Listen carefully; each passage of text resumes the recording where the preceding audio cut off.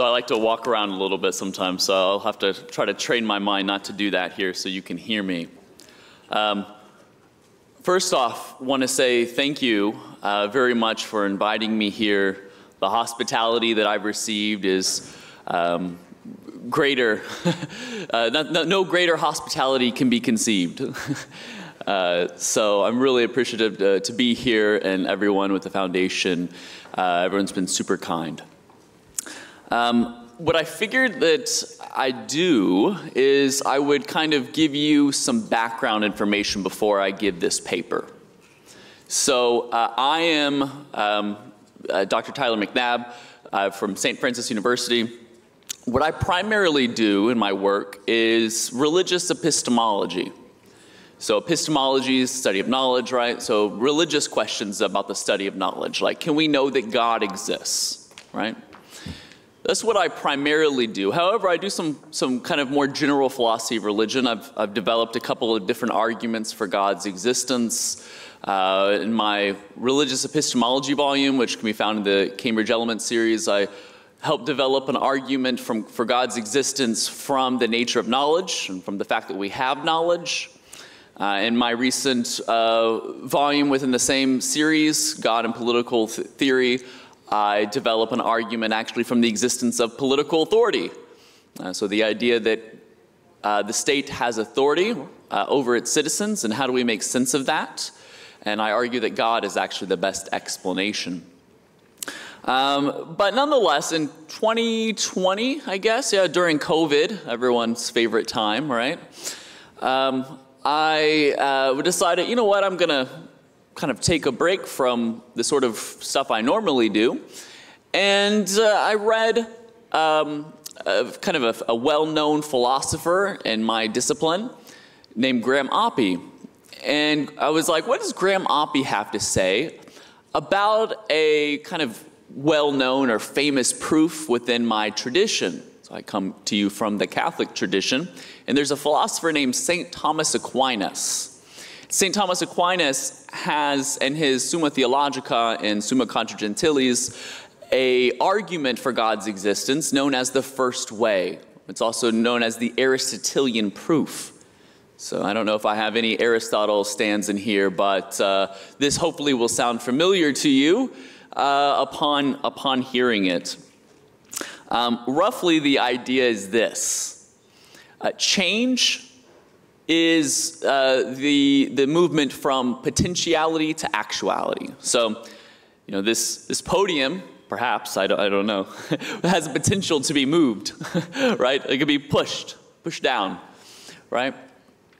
And however, in order to actualize that potential, something that's in act already has to kind of be in act and move upon that potential to move the podium, right, further down.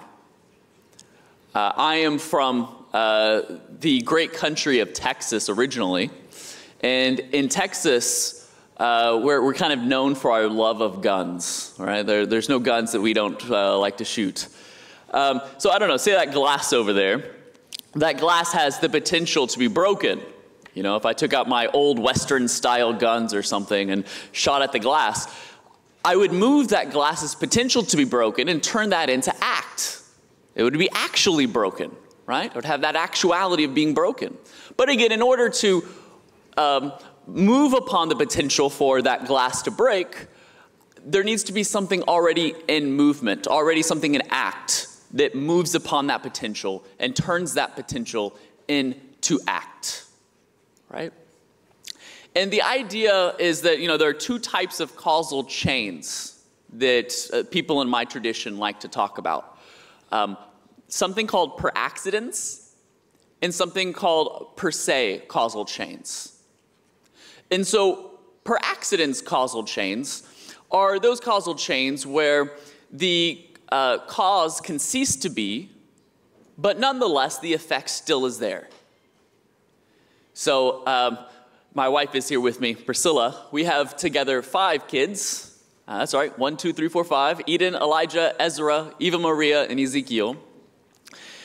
And I could cease to be, and yet my kids would still exist. right? As Bruce Wayne, unfortunately, knows all too well, right? I mean, there are such things as orphans, right? Where if the parents who brought the child into existence, they can cease to be, but the effect is still there. This contrasts with what you call per se causal chains. In per se causal chains, if you take away the cause, the effect goes away too. So right now we have like all these lights in this room, right? These lights are all very nice and bright. If I assume that these lights are tied to some generator, right, somewhere in this building, or maybe somewhere immediately outside the building, where if the generator would break, guess what would happen to these lights, right? They shut off, right? If you take away the cause, the generator in this case, the lights go off as well. There's another scenario that I'll be referring to in my paper. Imagine that you're cooking, right? I don't do too much of that, as my wife unfortunately knows. Long story short, but when we were separated from a year from each other when I was stuck in China teaching there, and I basically just ate McDonald's every day. I don't do too much cooking, but I do know a little bit about cooking. So you know, if you're in front of a stove and you ignite the stove, right? Maybe a fire comes out, right? And you put a pot on it to boil the pot, right? The fire is the kind of first member of this causal chain. The fire is what heats the pot, and the pot becoming hot, right? Maybe it'll heat the meat or the noodles that are in the pot. You can tell what I cook, namely spaghetti. Not too hard. But nonetheless, if you took away the fire, guess what would happen to the noodles? They'd stop cooking, right? They'd just be hard shells. And so again, the idea of a per se causal chain is that if you take away the cause, the effect ceases to be as well. And there are all sorts of things that are in a per se causal chain, like I said, the lights or fire when cooking. And the Aristotelian or Thomist, the followers of Thomas Aquinas or Aristotle, what they'll say is that in order to make sense of these kind of per se causal chains, you're going to end up having to have a first member, and ultimately we're going to have to appeal to an unmoved mover, being which just is pure actuality. Right? That's the idea of the argument. All right, so I read Graham Oppy's critique of the first way of this argument, or at least one interpretation of the argument. And I was like, you know what, I think there's a couple things here that need to be said. And so I wrote a paper in the Haythrop Journal and published a kind of response to Oppy. And then recently, Joe Schmid and Dan Linford have responded to me in a new book with Springer. And so I thought on this occasion, I was asked to speak on an argument for God's existence. And I was like, you know what, I'm going to use this opportunity to write a response briefly to them. And so while I'm primarily known more for religious epistemology, nonetheless, I'm taking this opportunity to exercise some other philosophical skills that hopefully now you can bear with me throughout the paper presentation. Hopefully you have now a little bit of background to understand what's going to be said. Other than that, the only other key feature that maybe you need to interpret the paper is that my tradition that I belong to identifies God with existence itself. That is to say, God just is existence, right? His very essence just is existence itself. And so in case this will come across, or if I'm talking about existence and then I talk about God and then I talk about existence itself, and you're not sure exactly why I'm using these as interchangeable, that's why. So the idea is that God is existence itself, and we come to participate in existence. We come to participate in existence itself. We have our being, we find our being in God, as St. Paul in Acts 17 seems to say. So, all right, with all that said, I'll go ahead and start reading the paper. In Graham Oppy's arguing about gods, Oppy argues that the Aristotelian proof is clearly invalid. The formulation he gives goes as follows. Premise 1, some things are in a process of change. Premise 2, whatever is in a process of change is being changed by something else. 3, an infinite regress of changers, each changed by another, is impossible. And 4, hence there is a first cause not in itself in a process of change. So you can see this on the handout. The accusation of the argument being invalid stems from there not being a premise in the argument that justifies the conclusion that the first cause must be unchanged. It isn't clear what work of St. Thomas Oppy has in mind as he puts St. Thomas's argument in schematic form. This is how St. Thomas summarizes the argument in the Summa Theologica. Time it up there again. The first and more manifest way is the argument from motion. It is certain and evident to our senses that in the world, some things are in motion. So pretty simple, right? You look around, you see things are changing, right? I'm getting older, right? I'm getting thirsty. I'm moving around from this side of the podium to this side of the podium, right? We're seeing things are in motion. Not only kind of local motion from one place to another, but also change within the quality of a substance or the quantity of a substance. Now, whatever is in motion is put in motion by another. For nothing can be in motion except it is in potentiality to that towards which is in motion, whereas a thing moves inasmuch as it is an act. For motion is nothing else than the reduction of something from potentiality to actuality. But nothing can be reduced from potentiality to actuality except by something in a state of actuality. Therefore, whatever is in motion must be put in motion by another. If that by which it is put in motion be itself put in motion, then it also needs to be put in motion by another, and that by another again. But this cannot go on to infinity, because then there would be no first mover, and consequently no other mover, seeing the subsequent movers move only inasmuch as they are put in motion by the first mover. So Aquinas gives this analogy about a staff. So imagine you have a staff in your hand or a stick in your hand, and I don't know, maybe you want to like move something with it, right? Maybe you're moving a rock with it, right? You have a stick and you're kind of moving a rock. The idea is that we can even elaborate more on this. We can say that the rock is, crushing a Coke can, right? You can keep saying, well, the Coke can is being crushed by this, and then the Coke can is doing this to something else, and this is doing something else to something else. You can list it on for ad infinitum, for infinity, right? The idea, however, though, is that you're not going to make sense of movement, of change, unless there's kind of some first mover, a first member of this causal chain. You might think in this case it's my arm. Though technically you might say, well, what moves upon its potential change? And you can continue to add ask this question until you get to something that is unmoved.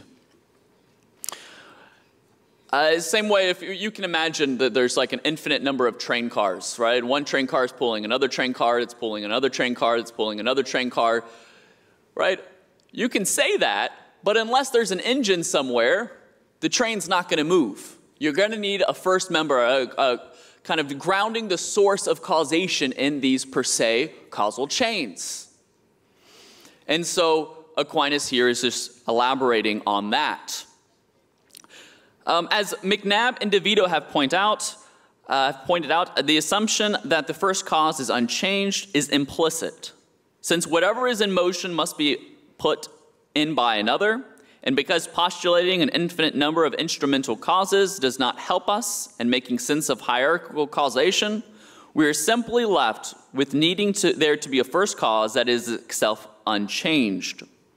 So the idea is like, okay, Graham Oppy, you're right, he doesn't explicitly lay this out in the Summa Theologica, but it's implied. Moreover, if one reads St. Thomas's earlier work, the Summa Contra Gentiles, one will see that St. Thomas's reasoning is actually even more specific. I won't read this whole quote to you, but just the kind of relevant part that I have in italics here. He says, "This mover is itself either moved or not moved. If it is not, we have reached our conclusion, namely that we must posit some unmoved mover." So here, notice the relevant exclusive disjunctive statement. The mover itself is either moved or not moved. Again, since postulating an infinite number of instrumental causes or secondary causes, right? This is like postulating that the train car moves because of another train car and another train car moves because of another train car. That's not going to ground motion, at least by itself. So we're left with St. Thomas's conclusion that we must arrive at an unmoved mover. We must arrive at a first member of the causal chain. We can't just have a whole bunch of secondary causes. You can't make sense of secondary or instrumental causes without having a primary cause. So I think that if Oppie, he has a really brilliant book arguing about gods. I think if he would have read this from the Summa Contra Gentiles, I think he would have seen that maybe the argument's not so invalid, at least as he states the argument. So McNabb and DeVito then move on to state that a more faithful glossing of St. Thomas's argument would maybe look like this instead. I think I have this up here, yeah. Some things are in a process of change. Whatever is in a process of change is being changed by something else. What moves something else is either moved or not moved. Notice the disjunctive here. An infinite regress of changers, each moved by another, is impossible. So an infinite number of train cars pulling another train car, pulling another train car without an engine is impossible, right? Hence, 5, there is a first cause that is not in itself in a process of change, right? And this formulation is largely in debt to Father Brian Davis and his articulation of Aquinas' first way. So that's what my colleague Michael DeVito and I, we said in this first paper, this 2020 paper.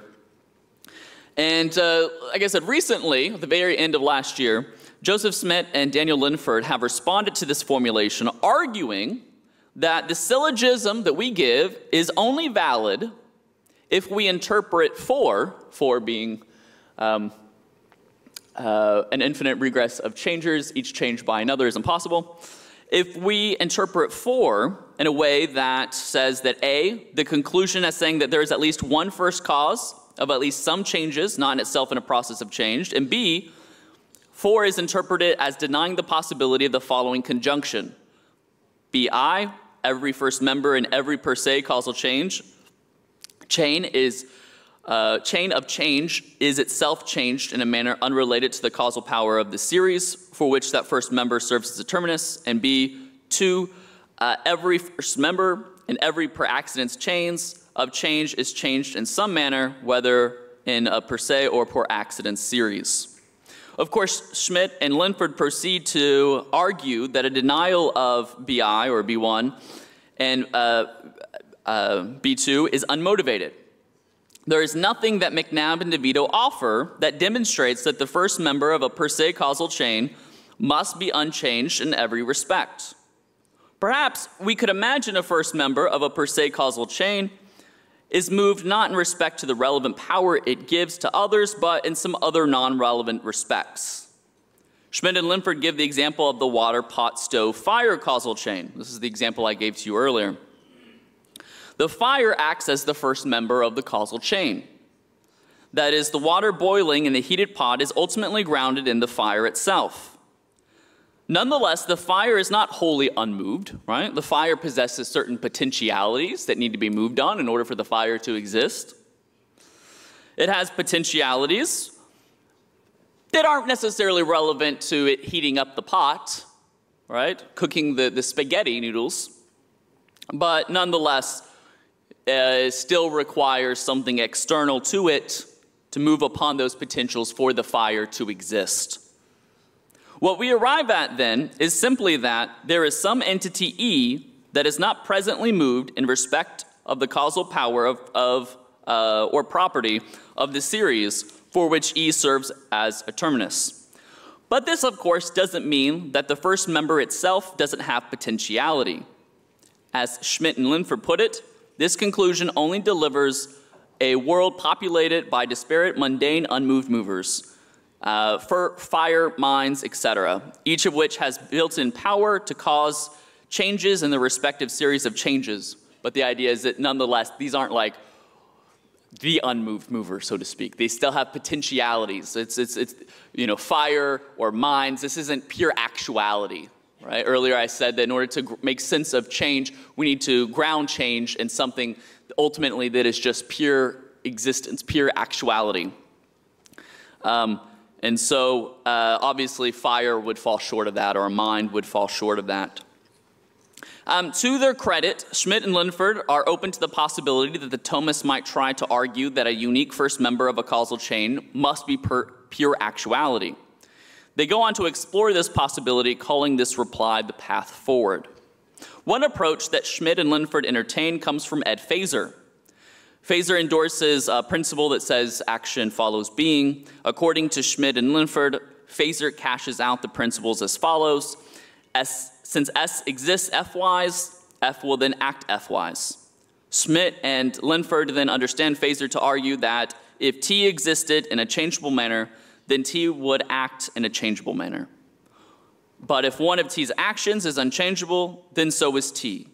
Since the first member of the causal chain has at least one action that is uncaused or unchanged, T must then be unchangeable, full stop. Schmid and Linford go on to argue that endorsing Feser's glossing or application of this principle won't help the Thomist. To argue that there is one unchangeable act from T, however, is to beg the question. Moreover, Schmid and Linford go on to formulate attempted counterexamples to the principle in Feser's version of the argument. So it seems that if the Thomist is to interpret 4, again 4, right up there, right-hand side, in a way that denies B1 and B2, something more needs to be offered. So why think there is at least one first or primary cause in a per se order causal chain that is wholly uncaused in all respects? While Schmid and Linford's response to McNabb and DeVito are rigorously stimulating and interesting, I think they overlook an important assumption that Thomists typically have when understanding the nature of primary causes of per se causal chains. Let's return to Schmid and Linford's water, pot, stove, fire example. Schmid and Linford are right in that we can consider the fire to be the primary mover in a per se causal chain. And once again, Schmid and Linford are right in thinking that the primary mover in this instance wouldn't need to be wholly unmoved, as it too would have various potentialities. Nonetheless, the fire has the power to burn. What? How? In virtue of the fire's essence, what it means to be fire. The primary mover has its power in virtue of what it is. And this is key, guys. This is going to be very important to understand. That the primary mover of a causal chain has its power in virtue of what it is. So now, with that, we can ask the question, but what actualizes the fire's essence, right, to exist? What actualizes the potential for the fire's essence to be? The Aristotelian Thomists would argue that something that is already in act would need to move upon the fire's potential to exist. Now, maybe Schmid and Linford would argue that that which is an act can possess non-relevant potentiality, so why must there be a primary mover behind the fire that is pure act and not some act potency compound? Recall that the primary cause of a per se causal chain has its power in virtue of what it is. So then, the primary actualizer of the fire's essence then is able to actualize the essence potential to exist just in virtue of what it is, namely pure existence, or the pure act of existence, sheer act of existence. Pure actuality then is the actualizer's nature and thus identity. So again, why can the fire burn? Well, it's in virtue of the essence of fire that it can burn things, right? Make things hot. Okay, well now let's talk about the fire's existence. How can the fire exist, right? Doesn't exist inherently, so to speak. Right? You can think about the essence of fire without fire actually existing. And so what moves upon the fire's potential to exist? Well, whatever sort of explanation you're going to come up with will be the cause of fire's existence is able to cause the fire's existence because of what it is, in virtue of what it is, namely just existence itself. And so we're talking about being itself, existence itself. That, again, that's another word for God. Perhaps you are still unconvinced that the primary cause of the fire's essence must be pure act, and not some act potency compound, right, some composite. Maybe you think that the existence could be caused in some way not relevant to its causal power to make essence exist. As Gavin Kerr points out, in what respect could a first cause of existence be caused? If a first cause of existence is successfully established, then it is the cause of everything other than itself that has existence.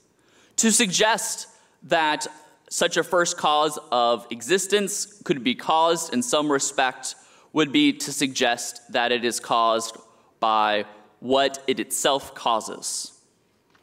And so, you might think that, well, why think that pure existence can't be a compound, like existence with potency compound? And his point is, well, how are we going to make sense of the compound itself? The compound has potentiality, and how can we make sense of it having existence outside of existence itself? And so we ultimately, it'll only make sense if we just appeal to existence itself and seeing existence itself as a simple, as not a composite. So Schmid and Linford move on from critiquing the formality of the argument to also critiquing McNabb and DeVito's response to Oppie's endorsement of what we can call existential inertia. Existential inertia is the thesis that a substance can continue to persist without a concurrent sustaining cause. Elsewhere, Oppie invites his readers to imagine a chair. The chair will stay red unless something outside of it changes the color. For example, the chair will stay red unless I, say, knock over some blue paint that splatters all over it, right? That's normally maybe how you think things work, right? These are kind of like a maroon-red color. They're going to continue to be a maroon-red color unless someone comes and spills paint all over them, right, and maybe turns them blue. So maybe this is how kind of reality is. Maybe this is how existence is, right? Maybe things will just continue to exist unless something kind of comes into the picture and changes that. Or maybe existence itself is like this. Maybe you've heard of the law of inertia. Maybe it's kind of like that, not just with motion, but with existence as well. Something will just continue to exist once it begins to exist, unless something outside of it interferes.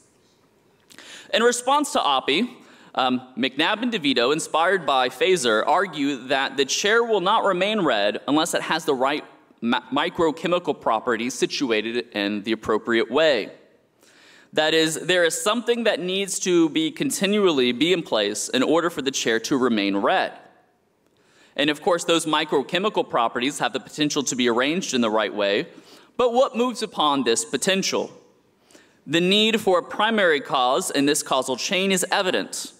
And as McNabb and DeVito have stated previously, even if objects have the ability to persist without a concurrent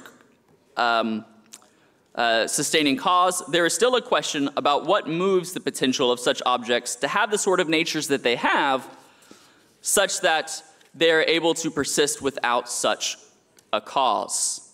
It seems modally implausible that they do so out of necessity. If objects have the potential to exist in this way, the question remains, what moved on such potential? Now, Schmid and Linford aren't convinced. After moving the discussion from how the chair will remain red to simply how the chair will exist, Schmid and Linford first take issue with appealing to the microstructures to deduce that there is an unmoved mover. And I'm going to quote from them here. The problem is that appealing to microstructure as a cause upon which a chair depends simply undermines persistence of arguments, inferences to unsustained sustainer of the existence of everything apart from itself. For the microstructure of the chair is a component of the chair, and it only actualizes the chair in the sense that something depends on its components. But upon tracing this causal chain of dependence down to a first member, all we are entitled to infer about the first member is that there is an uncomposed component, not that there is an unactualized actualizer of the very being or existence of the secondary members of the dependence in the chain in question.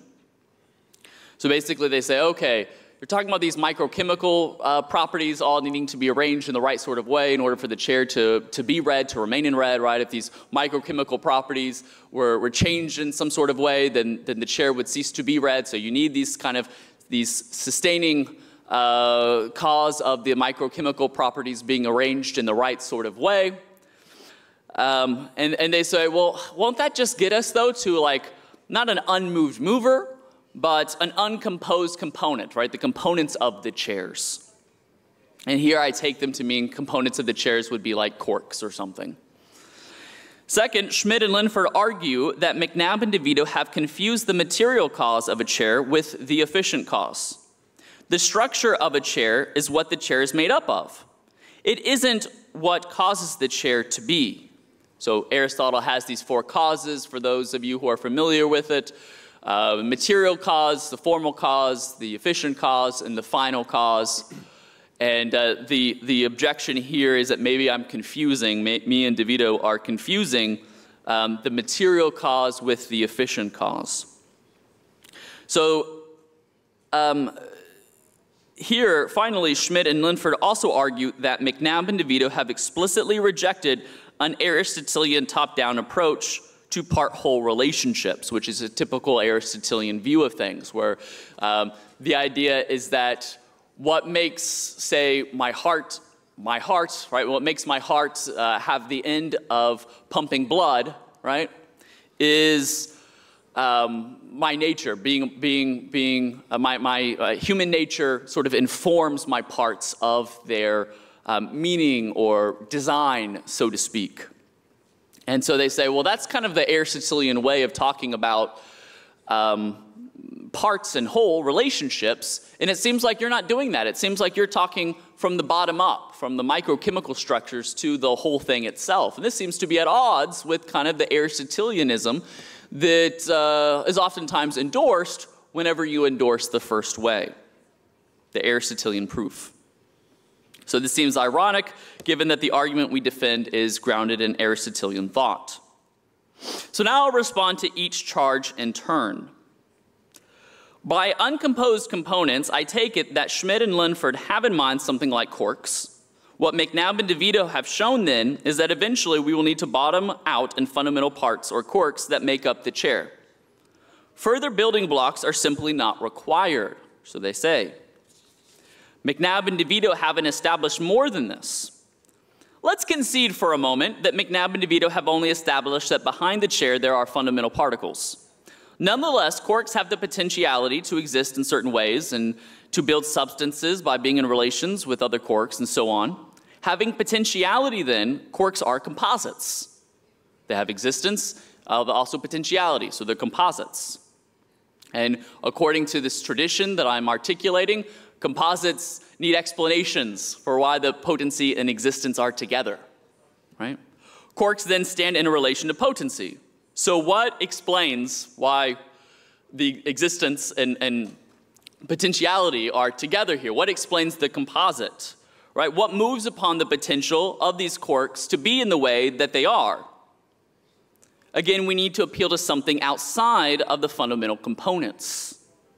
Regarding Schmid and Linford's second point, it's important to clarify that McNabb and DeVito's response was originally in reference to a chair remaining red, not existence simplicator, because that's what Oppe's objection was. That was what his thought experiment that he brought up. On some views of color, however, color emerges from complex microchemical properties being in place. McNabb and DeVito were arguing that on a plausible construal of color, the microchemical properties need to be in place if the red chair is to continue to exist, be red. There is no confusion between the material and efficient cause here. Now, can McNabb and DeVito's response be applied to the existence of the chair simplicator? For argument's sake, let's say that the parts are more fundamental than the whole, right? Contra Aristotelian metaphysics. If I endorsed a bottom-up view, where what's more fundamental to the object is its parts rather than the whole itself, I could think that wholes emerge from their parts. In this case, the chair emerges from the more fundamental microchemical structures of the legs and the seat of the chair, just like the color of the chair emerges from the complex chemical properties. Or if we wanted to speak about metaphysical parts, we could say that the chair emerges from a bundle of tropes that compartmentalize together. Now, I grant that this approach is at odds with an Aristotelian top-down approach to part-whole relations. However, assuming an emergent part-whole theory could serve McNabb and DeVito well for dialectical purposes when the context of the debate is whether or not God exists. At least if, as some naturalists assume, and I do say some, not all, bottom-up views fit better than a top-down view with naturalism. Now, nonetheless, McNabb and DeVito don't need to accept a bottom-up theory. You can run a similar move with top-down models. I could argue more broadly that in order for the chair to remain red, it needs to be continually formed in such a way that the chair remains what it is. The idea here is that the chair depends on its form, and the form depends on something else, right? And again, we have this regress problem where we need to ultimately appeal to something that just is pure act. We have the same issues as we have with the bottom-up approach. We need a primary cause. A more interesting question, as naturalists, could Schmid and Linford endorse an Aristotelian Thomistic view, where kind of the nature is what's more fundamental than the parts? We need to assume that natures are either design plans or substances that exist, or that are either design plans of substances that exist, or that natures are based on fundamental design plans. The design plan would exist independently of the object's parts. And these design plans are what make the relevant parts of the sort of parts that they actually are. For example, a dog design plan would make a particular concrete substance tissue a dog's heart. And it would be the dog's design plan that dictates that the tissue should pump blood and work in an appropriate way. Design plans then designate function. McNabb, following St. Thomas, this is really clear in his questions, where he says elsewhere he has argued that postulating a mind or something like a mind behind these design plans is necessary. So people oftentimes think, well, St. Thomas is just ripping off Aristotle, right? He's against Plato and thinking that like universals exist, but actually St. Thomas grounds these universals in God's mind, his thoughts. And ultimately, actually, for St. Thomas Aquinas says in some sense, Plato is right about universals, right? So I can give a quick argument to motivate this view. Design plans of natures are reducible to intentions.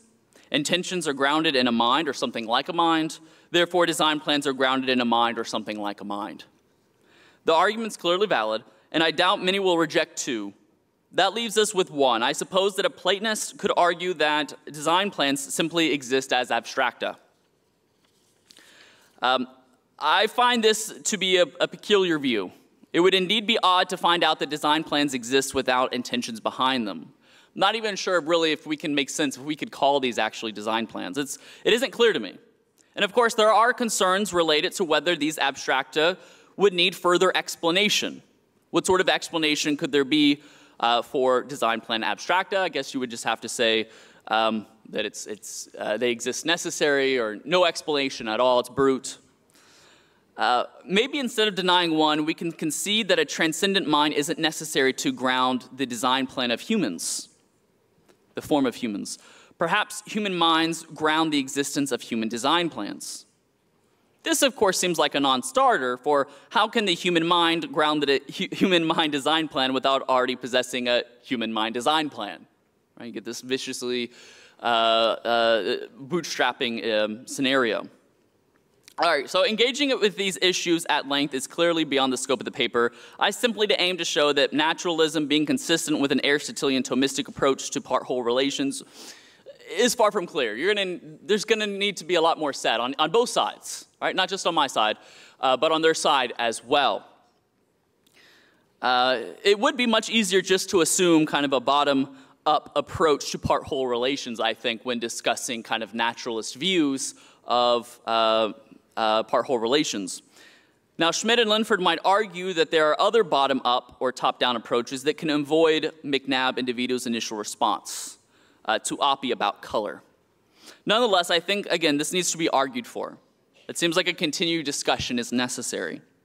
So in summary, Schmid and Linford give an ingenious and interesting reply. However, I have argued that their reply falls short of being successful. I argue that the way McNabb and DeVito gloss St. Thomas's argument is indeed valid. Of course, I can see that one needs to interpret for as ruling out the possibility of BI, and again, for those who need to be recalled about what BI is, there we go. Nonetheless, I argued that there is motivation to reject BI or B1. Moreover, I argued that Schmid and Linford's recent criticisms of McNabb and DeVito over existential inertia can be found wanting, that more needs to actually be said. And so, again, in summary, kind of what I've discussed here today, I gave the argument for motion, tried to clarify this distinction between potency and act, right? And that's what change is when it's moving from potency to act.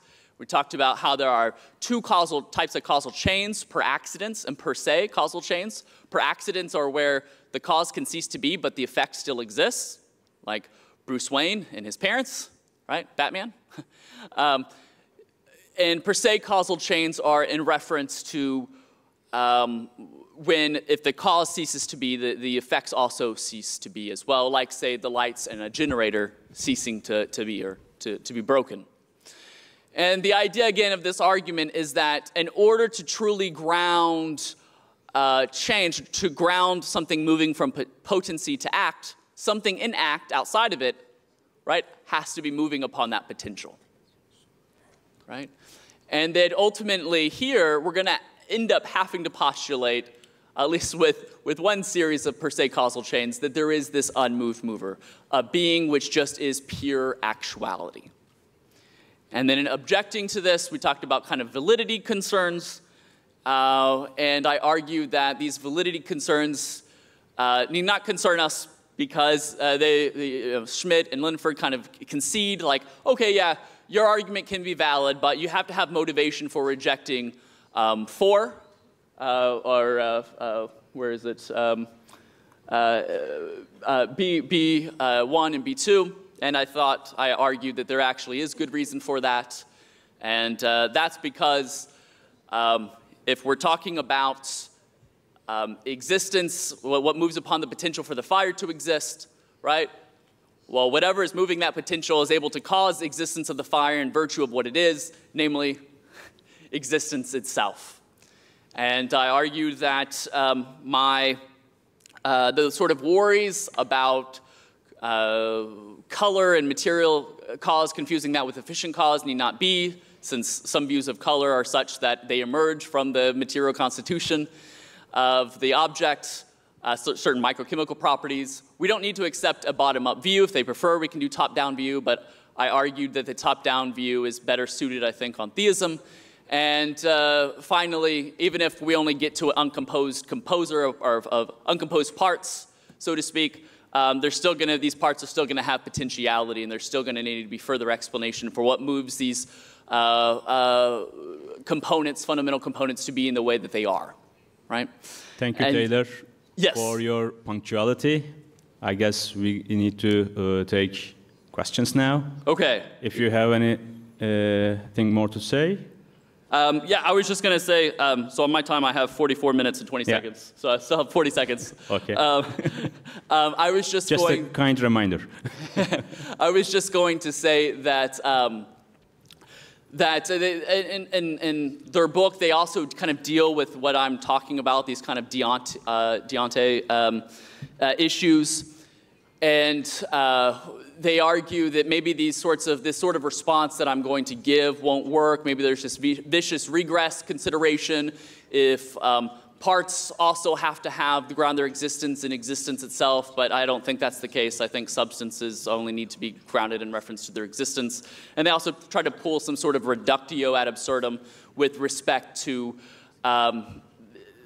the idea that maybe if in order to talk about existence, making intelligible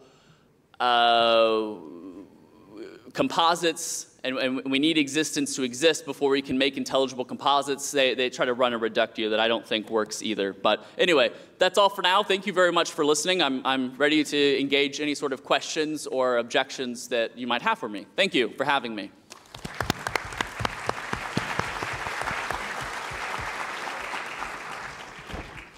Should I put this back on for? Yeah, sure. Okay.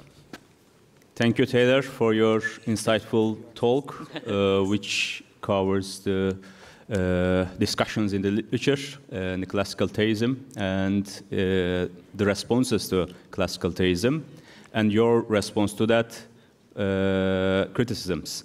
Thank you very much. We are now moving on to the question and answer session. Soruları alacağız.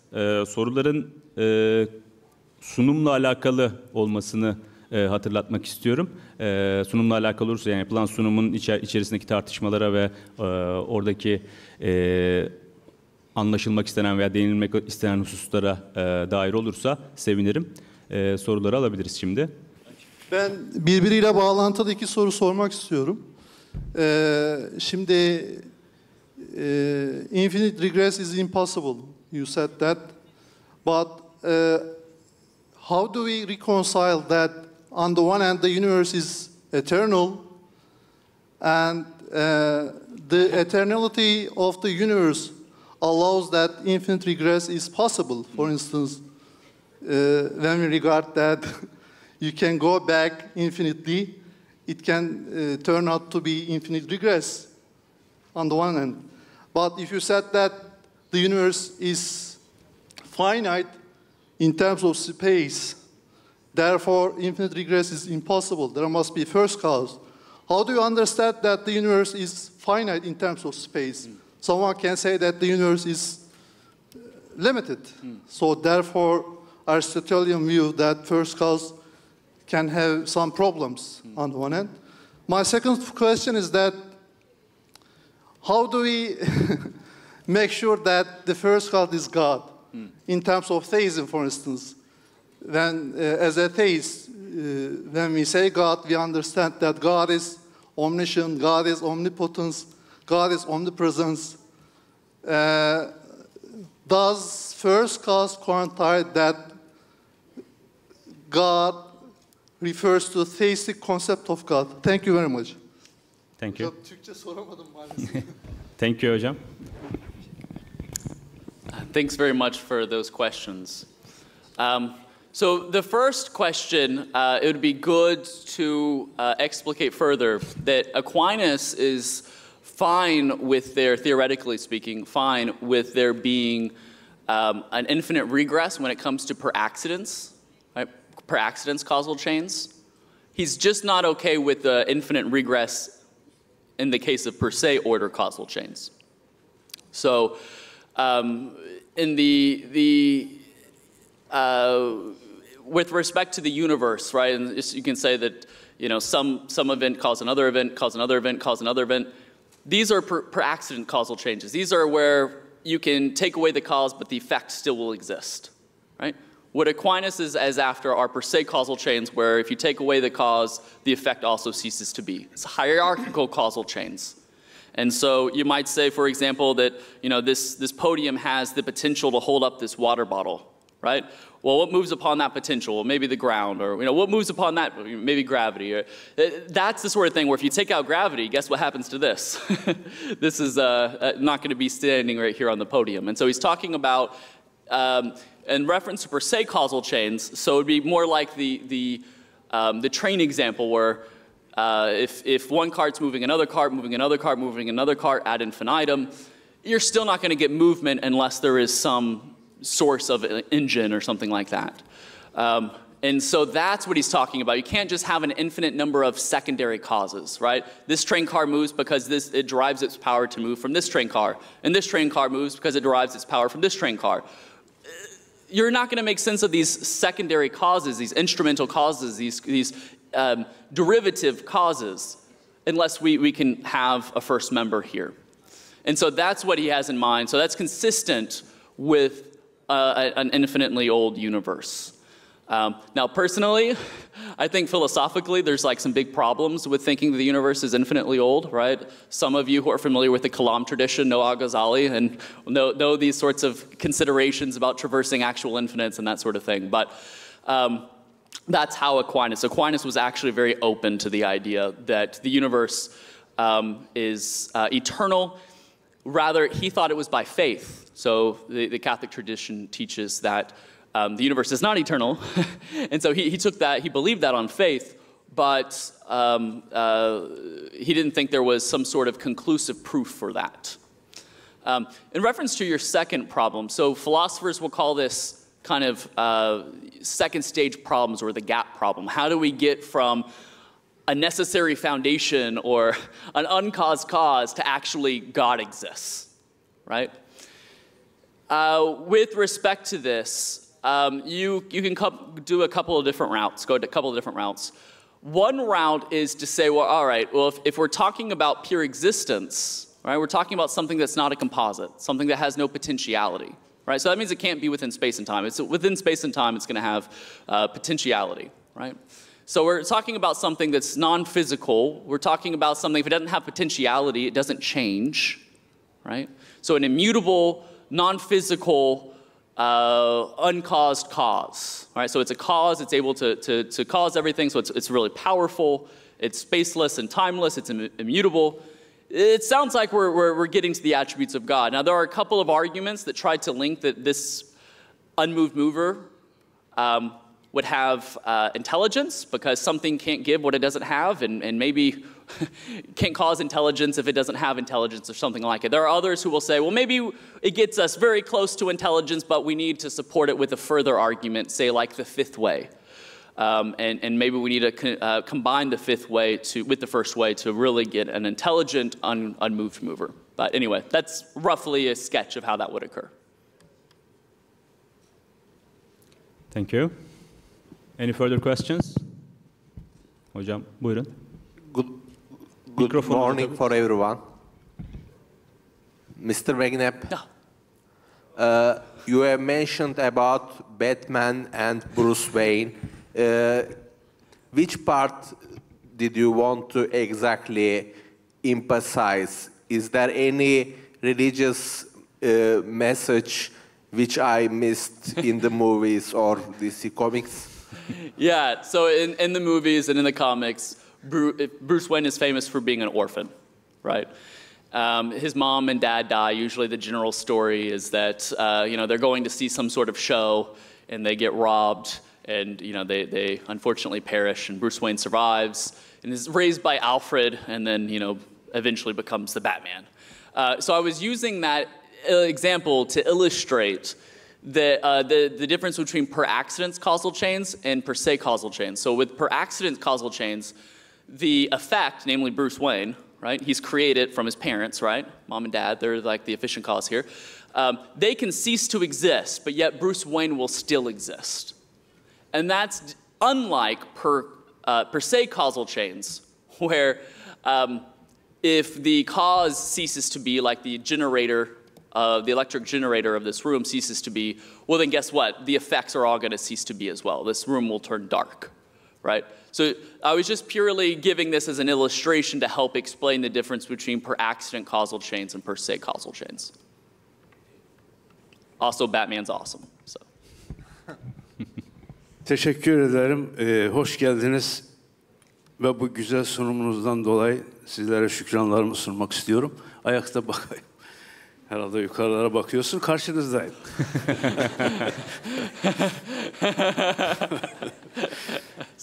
Hep yukarılardasınız maşallah, biraz aşağıya inin diyorum. Şimdi bizim Müslüman filozoflar içerisinde İbn Sina'dır, Sedrül Mütellihin'dir, Farabi'dir, İbn Rüşd'dür. Bunların bize söyledikleri şöyle bir bilgi var. İlletül ilel, yani nedenlerin en son nedeni Allahu Azze ve Celle'dir derler. Ve akıl mekan üzerinde ve zaman içerisinde yer alan şeyleri idrak edebilir. Allah da zaman üstü ve mekan üstü bir güç olduğuna göre akılla bunu idrak etmek mümkün değildir. Nitekim Kant da bunu söyler. Yani Allah'a iman meselesi kalbi meseledir, akli mesele değildir. Bu hususta merak ettim sizin görüşünüzü. Acaba bu kadar deliller getirdiniz, illetlerle ilgili, vagon misali verdiniz. Buna rağmen yani akıl, zaman ve mekan içerisinde olan şeyleri idrak edebilecek bir güçte, kapasitede olduğunu bilmemize rağmen ve Allah'ın da zaman ve mekan üstü bir varlık olduğunu kabul etmemize rağmen bu tür verilerle biz Allah'ın zatını idrak edebilir miyiz? Teşekkür ederim. Thank you. Okay, thank you. Yeah, so, you know, I suppose it also kind of depends on what Islamic tradition one belongs to, right? If one is more sympathetic with the Kalam tradition, right, there is actually a kind of a hard evidentialist component to the Kalam generally construed, where the idea is that you have to, you know, test the Quran to see if it's true and accurate, and you have to kind of give some sort of argument or make some sort of inference in response to this. And so, and this can really be, I think, seen clear in al-Matradi. Sorry for my slaughtering of the pronunciation, but yeah, and I think this is very clear.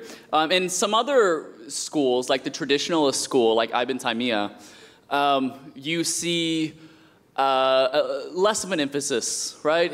On the traditionalist take, you see that there is no evidentialist standard that we can know through faith and that sort of thing. And obviously, if you're a Quranist, you can pick which one you you think is more suited for interpreting the Quran. But so I do want to stress that I think traditionally the Kalam tradition and kind of the mainstream traditions do express some sort of evidential value in reasoning to God and thinking that we actually do need to reason, or at least some people in the community need to be able to reason to God. But I'm fine. So actually what I'm more primarily known for is religious epistemology, like I said. And I argue in my work that we can know that God exists without argument. We can know that God exists apart from argument, just through the proper function of our mental processes. So I follow Alvin Plantinga in regard to this, for those who are familiar. I don't think language about God is strictly equivocal. So, for example, if I said, hey, can you bring me a bat? Me being from Houston, being an Astros fan, being a baseball fan, right? I mean a baseball bat. But if you came and brought to me like an animal bat, I'd be like, what are you doing?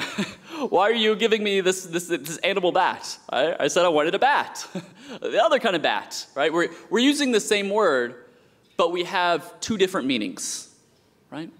Then there's another way that we could talk about this. If I said, you know, can you give me a Coke, right? And you brought me a Coca-Cola, you knew exactly what I meant. Right? We were using the word in a strictly same sort of univocal way.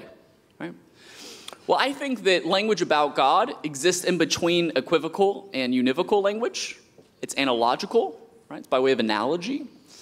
And so here, I think we can still talk about God positively through analogy, not in a univocal sense. And so I agree that I even think that I know this is going to make Dr. Richard Swinburne squeal a little bit, but I actually think God's not even a thing, that God isn't a being, but is rather being itself. And so I think that our language about God doesn't map onto God univocally, so I'm really fine with saying all that That God's just not another piece of furniture within the universe, right? But rather God is the ground of all the furniture within the universe. But I still think you can get that with analogical language without having to accept univocal language. And with analogical language, I think we can still utilize arguments. So. Okay, I have to conclude this part of the session. We are out of time for further questions. If you have any further questions, you can ask them in the break. Thank you very much, Tyler.